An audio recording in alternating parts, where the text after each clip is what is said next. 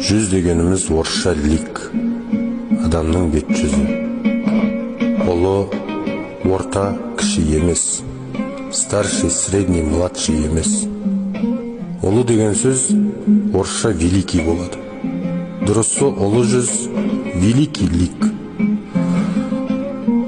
Орта жүз емес, орда жүз, ордалы ел, яғни орысшасы цитадатель.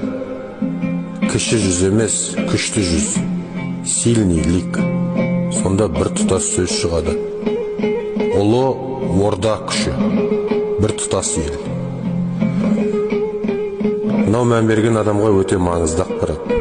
Кезінде осыны әдейі бұзып бұрмалаған, разделяй властью деген қағиданы сүйеніп қазақ 300-ге бөлінеді деп жазған кезіндегі отарлау саясаткерлері. Сонымен солай кетті емес пе?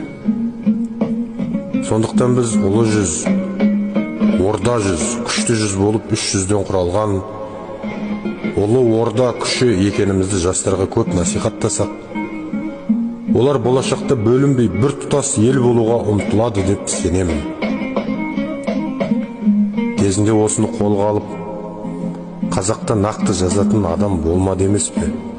Сондықтан Тянь-Шанский, Семен сияқтылардың жазып бергендеріне еріп, қалың қазақ қараңғылықтың салдарынан адасып кетті емес пе? Аңқау елге Рамза молда демекші. Ұлы орда күші дегенді кеңінен таратуымыз керек. Оянатын кез жетті.